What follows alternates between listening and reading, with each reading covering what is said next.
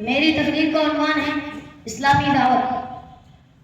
محترم سامعین، اس دنیا میں جب جب برائیوں کا دورہ ہوتا، اچھائیاں ناپید ہونے لگتی، معاشرت، معاملات، اخلاقیات، عبادات، سلوکیات اور تمام شعبۂ زندگی میں خدادادی برپا ہونے لگتا، گمراہی پھیلنے لگتی، تو اللہ تعالیٰ کسی نہ کسی نبی رسول کو مبعوث فرما کر ان برائیوں خرابیوں برائی کو دور کرنے کا انتظام فرماتا. اس طرح یہ سلسلہ نبوت و رسالت حضرت آدم السلام سے شروع ہو کر آخری نبی اور رسول جناب محمد رسول اللہ صلی اللہ علیہ وسلم پر ختم ہو جاتا ہے. لیکن بس کا جو مقصد تھا قوموں کو صحیح راستے کی طرف بلانے کا، انہیں ان کے مقصد زندگی سے واقف کرانے اور الہی تعلیمات و مرضیات پر چلنے کی دعوت دے کر انہیں خدا کی نعمتوں اور بھری جنت تک پہنچانے کی راہ ہموار کرنے کا تو نبی کا اور مشتہ قیامت جاری اور ساری زندگی کا فیصلہ کر کے امت محمدیہ کو سونپ دیا گیا. اور اسی بنیاد پر اس امت کو خیر امت کا خطاب دیتے ہوئے ارشاد فرمایا گیا: کنتم خیر امت اخرجت للناس تأمرون بالمعروف وتنہون عن المنکر وتؤمنون باللہ. تم بہترین امت ہو، اس کو لوگوں کے لیے نکالا گیا ہے. تم برائی کا حکم کرتے ہو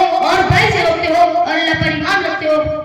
بلکہ ایک طبقے کے لیے اس دعوت کو ضروری قرار دیتے ہوئے ارشاد فرمایا گیا: وَلْتَكُن مِّنكُمْ أُمَّةٌ يَدْعُونَ إِلَى الْخَيْرِ وَيَأْمُرُونَ بِالْمَعْرُوفِ وَيَنْهَوْنَ عَنِ الْمُنكَرِ وَأُولَٰئِكَ هُمُ الْمُفْلِحُونَ. تم میں سے ایک جماعت ایسی ہونی چاہیے جو خیر کی دعوت دیتی ہو اور برائی سے روکتی ہو، اور یہی لوگ کامیاب ہیں. حاضرین لیکن اس کی بنیادی وجہ یہ ہے کہ خرابیاں پیدا ہوتی رہیں گی، اللہ کی تربیت پر اس کی نافرمانی اور سرکشی کرنے والے لوگ پیدا ہوتے رہیں گے. تو سوال یہ ہے کہ سلسلہ نبوت کے بنانے کے بعد ان کی اصلاح ترقی کی صورت سے کیا اور کیا ہو سکتی ہے کہ خدمت کے بعد امت محمدیہ کو سونپ دیا جائے اور اس طرح اصلاح و تربیت اور امر معروف ونہی عن منکر کے مشن کو تا قیامت جاری رکھا جائے.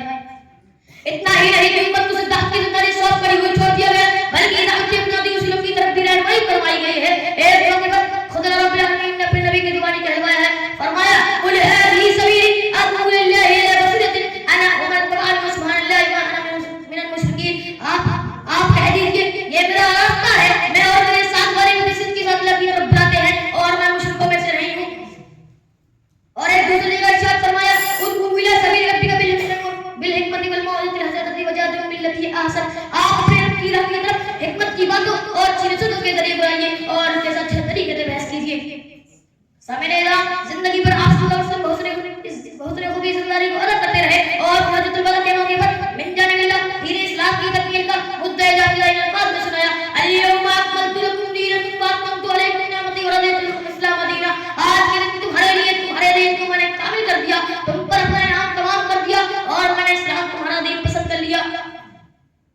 اور پوری امت سے گواہی لی کہ میں نے پیغام پہنچا دیا. تو سب نے بے سمائی بات کہی تھی، ہاں پہنچا دیا اور حق ادا کر دیا. پھر آپ نے اللہ کو گواہ بنایا اور کہا: اے اللہ تو گواہ ہے. اس کے بعد آپ صلی اللہ علیہ وسلم نے پوری امت کو ایک ذمہ داری سونپ دی: ارے عمل یبلغ الشاہد الغائب. سنو، جو موجود